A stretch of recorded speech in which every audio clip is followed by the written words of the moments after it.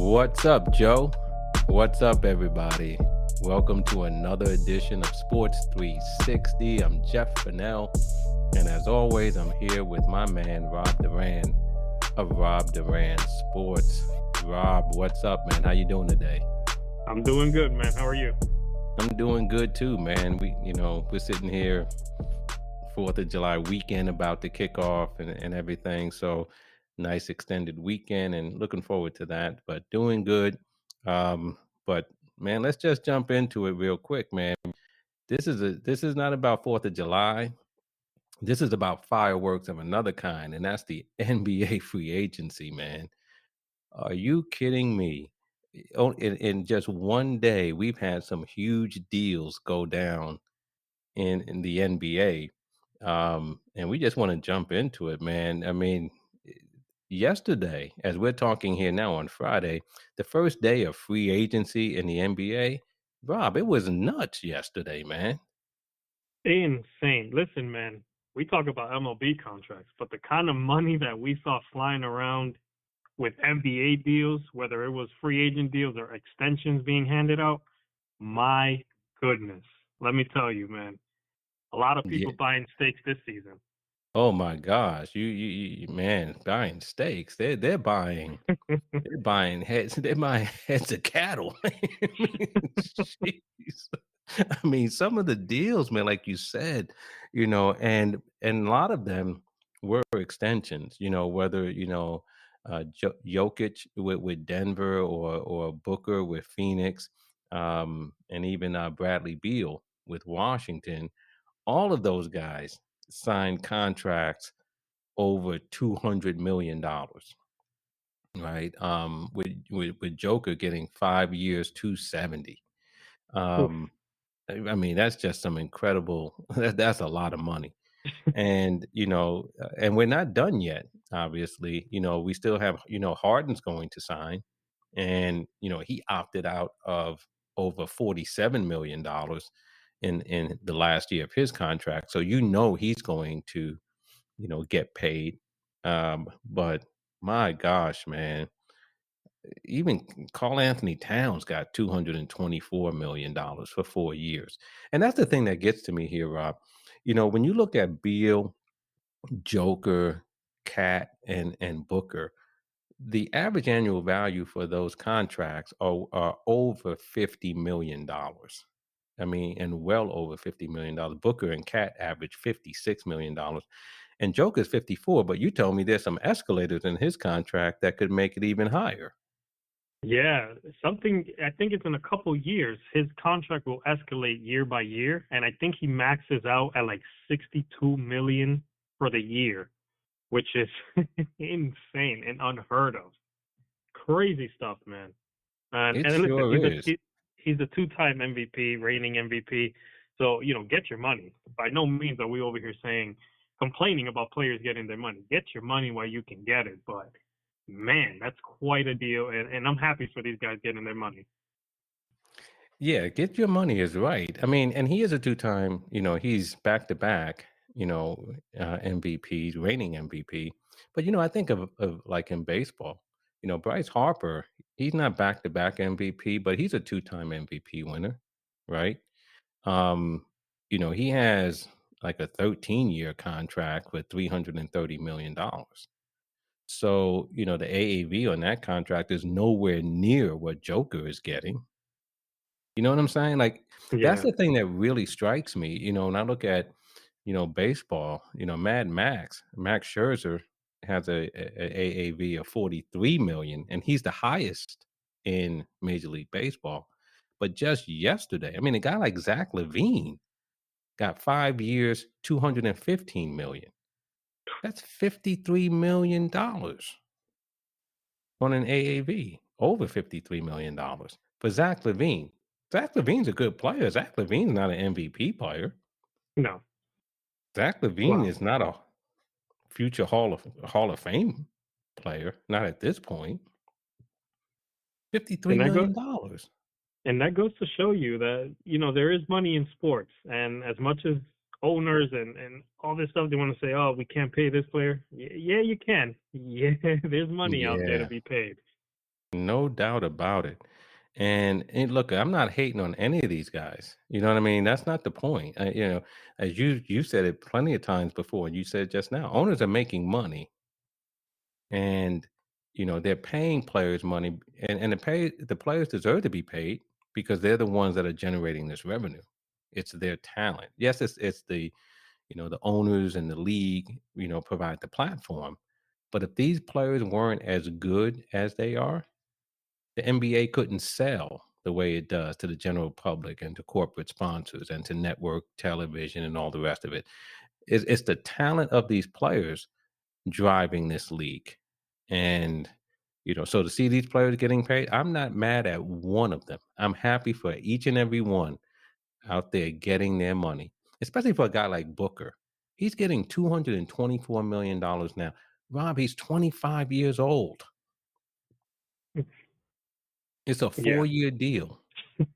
He's going to be 29 and be in and he's line gonna for another huge contract. yeah, he's gonna cash in big in his next deal. And listen, the way he's been playing, he's had to deal with Suns teams that weren't that good. Now they're good, making the finals, making deep runs in the playoffs. He's been kind of like that guy in the middle for that team. And to be rewarded in this way and hopefully rewarded again, maybe with the same team before he's even 30, good for him, man. And he deserves that money.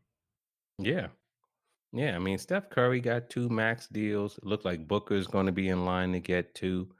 That's just incredible. And, these are the star players. And so the star players are getting paid, and they should.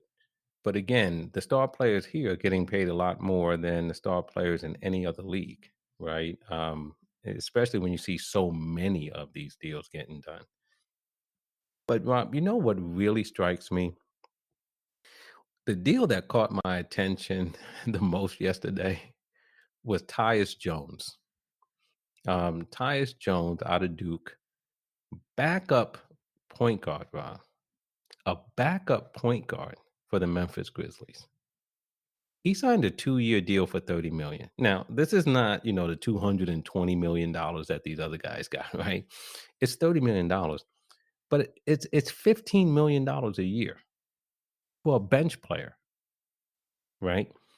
And I'm just think about that. Rob, do you know of a bench player in baseball that makes $15 million? Oof, no, not even close, man. Exactly. Exactly. Not even close. A bench player who makes $15 million in the NBA. And if it is a bench player making that much in baseball, they didn't start out as a bench player. I'll tell you that Nope. much. Mm-mm. Mm-mm. And that to me really caught my attention. I said, man, this guy's a bench player. And again, I'm not hating on Tyus Jones, right? But it just shows the amount of money that is going around. That a guy who's coming off the bench, and he's a good player. So I'm not putting him down when I say he's a bench player. I'm just saying he's not a starter, right? Yeah. Um, but a guy who's coming off the bench is making $15 million a year. Speaks volumes. I'll tell you that. It speaks volumes. There's money out there. Yeah, yeah. And so free agency started off with a bang. And like I said, though it was a lot of fireworks going down yesterday. Um, but but the biggest story, Rob, wasn't about the contracts that were being done. It was coming out of Brooklyn, where Kevin Durant requested a trade from the Brooklyn Nets. And that sent reverberations all throughout the league, among the players in the front office. I mean, everywhere. KD says, "I want out." And now, and let's deal with two things. And this comes a few days after Kyrie Irving exercised his player option to stay with the Nets, right? So, what do you think about those two things? KD asking out, Kyrie opting in. Well, are they related? We'll see. Maybe Kevin Durant waited for Kyrie to say, you know what, I'll stay in Brooklyn, and then KD said, all right, you stay, I'm out. I've had enough of this. But Listen, KD requesting a trade with 4 years left on his contract. Um, he committed to the Nets back in August, I believe, when he signed the extension. That's a big deal. Him to request a trade. It's a big name, obviously, big superstar in the NBA. The fact that he's requesting a trade, trying to get out of there, um, after the situation started very promising. When they signed there, obviously he missed his first year with the injury, but you have Kyrie there. You have some good players there, the good bench. They have some good young promising stars in there. They get James Harden, and all of a sudden it all fell apart. And everyone's pretty much gone. Kyrie misses half the season last year, or a big chunk of the season. And now KD is looking at this and saying, this team ain't it. I got to get somewhere where I can get another ring or something, but this ain't it. And then Kyrie opting in, I think it's a similar situation where it's like, what we spoke about last time we were on, I don't think he was going to get the type of money or years that he had hoped he was going to get. I think he kind of looked at the market, his agent looked at the market and said, there's nothing better than 37 million for you out there. So let's lock that in. Let's get our money, and then we'll see what's up after that. And you know what's amazing about that is going back to our point of how much money was flying around, right? There's money out there, and yet Kyrie Irving, very talented player, but he comes with some some issues, right? Some question marks, some concerns for clubs. Um, Yet he didn't think that his market would be at a level where he could cash in. What does that say, right? Especially Mm, when you see what we saw yesterday. Now, granted, most of these big deals were extensions, right? Ja Morant's deal was part of the rookie extension. I mean, even Zion Williamson, who's only played 85 games in 3 years, right? He gets 5 years and $231 million because of the rookie. You know what I mean? The yeah, maximum extension for rookies. So some of this is sort of baked into the collective bargaining agreement, right? It was time. These guys reached a certain point where it was just time paid. You know what I mean? But a guy like Zach Levine was an unrestricted free agent, and he gets $215 million. Again, over 53 million on an AAV. But yet Kyrie Irving and his representatives apparently didn't think that kind of money was available for him. What does that say about perhaps how much Kyrie Irving's stock has fallen? yeah. That speaks volumes to what's being probably whispered and talked about around the league, through the league offices, agents chattering, even maybe players chattering on their respective teams, saying, "Are we sure we want him on our team right now with what we're building?" And that's something, man, because it's basically a 1 year deal, so he's a free agent next year. So we'll see what that market looks like for Kyrie Irving once this season passes as well. Yeah, yeah. Now going back to Kevin Durant, Kevin Durant has said the Heat and Phoenix are among his top choices in terms of being traded. Teams to which he wants to be traded. Um, Look, if somehow I think Phoenix probably has the most to offer Brooklyn in terms of talent. Right, they got a lot of young talent. They would have to part with a lot of that young talent, in addition, I'm sure, to draft choices. But they probably have to include DeAndre Ayton or Mikal Bridges as part of a deal. And maybe some other players. But if KD were to go to Phoenix, and let's just say they still maintained, you know, CP3, Chris Paul, Booker, and some of their other players. And KD goes there and win a champion. Would it be that much different? Phoenix hasn't won a championship, but certainly they've been contenders the last 2 years. If KD goes there and they then win, I guess it's a little bit different than the Golden State situation because they already won some championships without KD. But at the same time, KD almost has to go to a situation where they're pretty much on the threshold of winning, and then he goes. So to me, it's almost still an asterisk type situation for KD, right? If he couldn't make it happen in Brooklyn, and it wasn't all his fault. I'm not saying that. But, it almost seems like he has to shop around for the best situation in order to win the championship, and we saw it the first time around with Golden State, and, are we seeing the same thing again this time around with KD? I would have to say yes, man. And listen, I love KD. I think he's a phenomenal talent. Give him his flowers because he's the top player in this league and in the history of the league. But the Golden State move, everyone says it's one of the weakest moves ever. That's fine. This one, I think it has to be maybe not on that level of, quote unquote weak move, but it has to be up there, man. And what it does for me, and I was talking to my friends about this a couple days ago when this thing came out, is for me, I look at KD and I'm thinking to myself, like, individual talent wise, there's no question about, you can't question his talent. Like he is who he is. But as far as elevating a team and winning a championship, it's almost like a disappointment the way his career has gone because he was the best player on Golden State, but that's Steph Curry's team. We all know that. He goes here, the Suns are not his team. That's Devin Booker's team. Yeah, he'll win a championship. He'll get Chris Paul his championship. I'm sure if he ends up in Phoenix, they win it all because that trio of him, Booker, and CP3 may be unstoppable, assuming CP3 can stay healthy and continue his production the way he is. They'll win it all. I'm sure they'll win it all.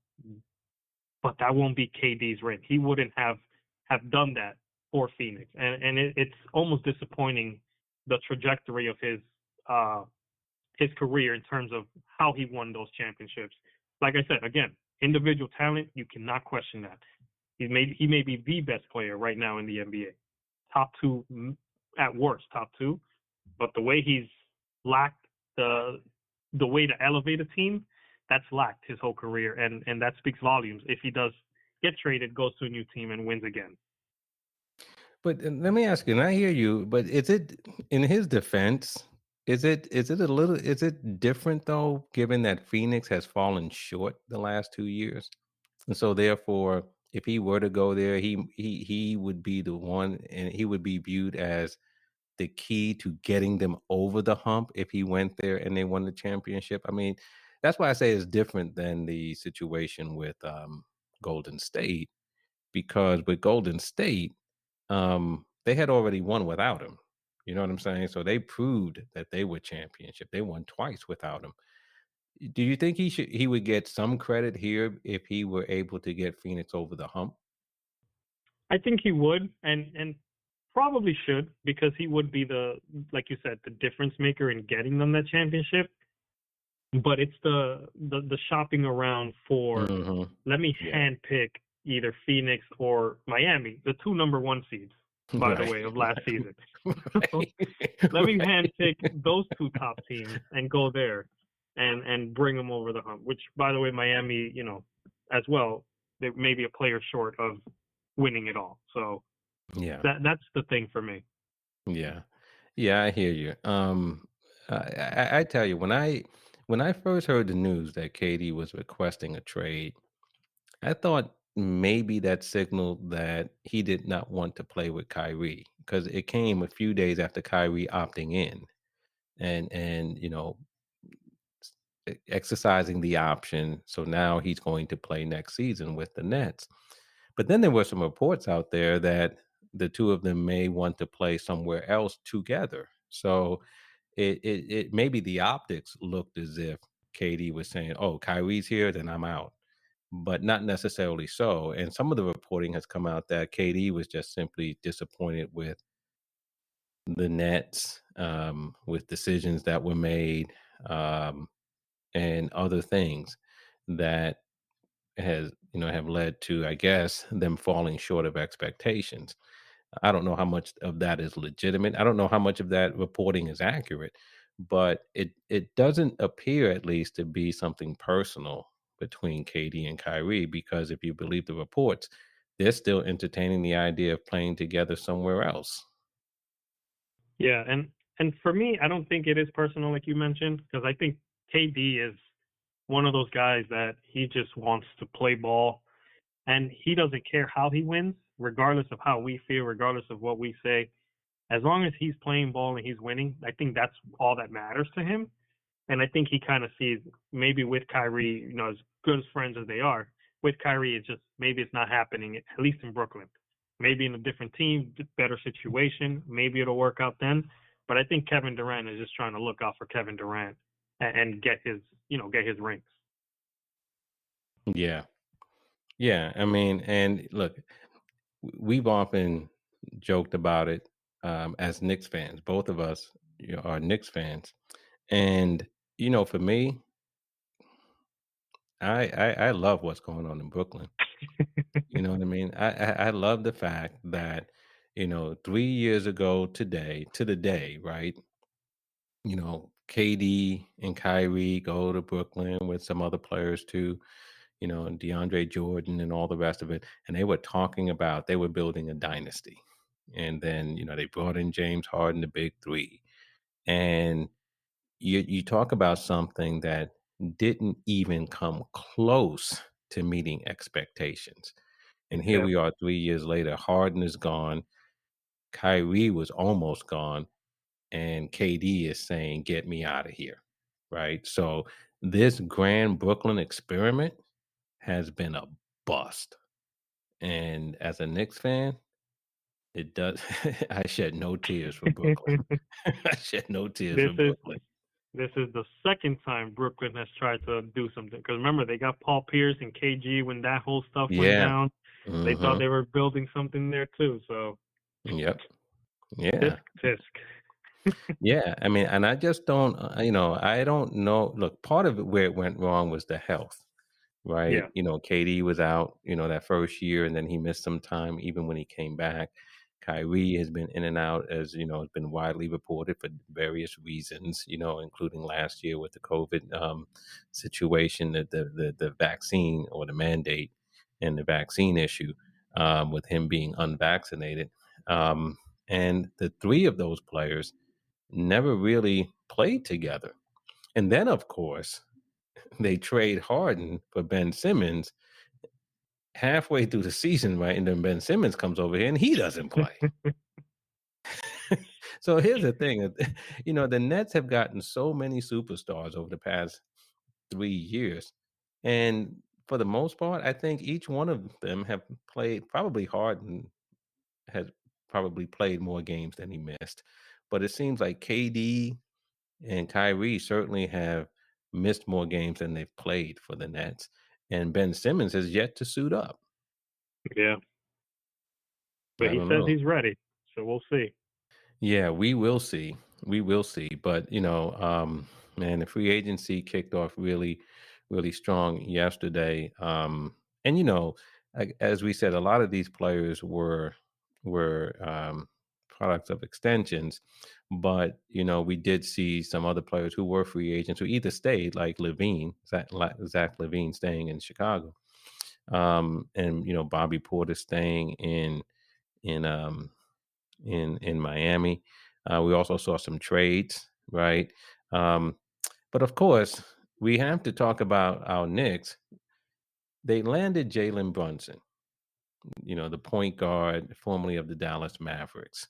What do you feel? You're a Knicks fan. What are your thoughts about that free agent acquisition by the Knicks? It was no secret. They made it known for weeks now. It feels like. But I'm okay with it. A lot of people are saying he got overpaid, but it looks like he's a bargain compared to the amount of money handed out there at this point. But listen, the Knicks need a point guard. They need somebody who can make plays from the point guard position. Honestly, Jeff, I'm tired of seeing Julius Randle bringing the ball down the court and giving up those lazy turnovers. So I want to see a point guard bring it up the court, make plays, and make things happen. So hopefully, Brunson is that guy for the Knicks, and we can get something going, something positive going in New York. Yeah, I agree with that. Having a playmaker and also someone who can put the ball in the hoop and keep defenses honest and like you say and get the ball out of Randall's hands. Randall is not the best decision maker with the ball. And so I think that's going to help the Knicks. I don't think this makes them a contender. I don't think this, all of a sudden makes them into a playoff team. You know, um, I know they got what's the guy Hartenstein or right from the Yeah, Clippers, the 7 footer to come, who was a backup for the Clippers last year. Who's I think is a solid backup, and I think that's a good pickup for them. I don't know if they have any other moves, planned, but I don't think Jalen Brunson necessarily puts the Knicks over the hump in any way, shape, no, or form. But I do think, that it provides some measure of hope for Knicks fans that we can land free agents because that's been the problem, right? You said it the other day. It always seems that we get the second and third tier free agent. You know what I yep, mean? And here, Jalen Brunson is not, like an all-star point guard, right? And he's not getting all-star point guard money, but he was one of the top free agents out there, and the Knicks went out there and got him. And that hasn't been the case in many, many years for the Knicks. They always seem to fall short of the top free agents in any given class. And at least this time they went out and got him. yeah, and I'm happy to see that they got the guy. They targeted someone and actually got him. And listen, yeah, he's not an all-star, but he's respected around the league. There's a lot of guys speaking up saying, "Yeah, I got to see what this guy can really do," because we got a glimpse of it in the playoffs. So a lot of people respect his ability. So I'm happy to see that, and I'm looking forward to it. Yeah, so am I. So am I. And we'll see what it be. And he certainly didn't make the Knicks worse. And I think he's a young Yeah, guy, so we shouldn't have any kind of Kimber Walker issues, Derrick Rose type issues. You know what I'm saying? With guys who had a lot of miles on their tires. Um, so I think they got a legitimate player, and hopefully he can stay healthy and duplicate. What he did in Dallas to some degree, okay? Because he doesn't have any Luka Doncic on the Knicks now. You know what I'm yeah, saying? A lot of times, you don't realize players are good because of the surrounding players. You know what I'm yeah, saying? There's no Luka Doncic on the Knicks, so it's not like Jalen Brunson might not find as many open shots and stuff. You know what I mean? So that remains to be seen. But I think the Knicks, at least, they set their sights on someone and they came home with them. And that hasn't always been the case. So I think that's a good thing, and hopefully, the Knicks can be better than they were last year. gotta be. No way but up, man. You would sure hope so. You would sure hope so. All right, brother. We're gonna get up on out of here now, man. Got some hot dogs to put on the grill. Some hot dogs, some hamburgers. Um, but yeah, 4th of July weekend, I hope you enjoy it, man. I know, like here in North Carolina, Charlotte, we have some volatile weather, and I think, you guys up northeast also have some storms, in and out. So hopefully the Yeah, weather will hold out and we can get out there and enjoy, the first big holiday of the summer.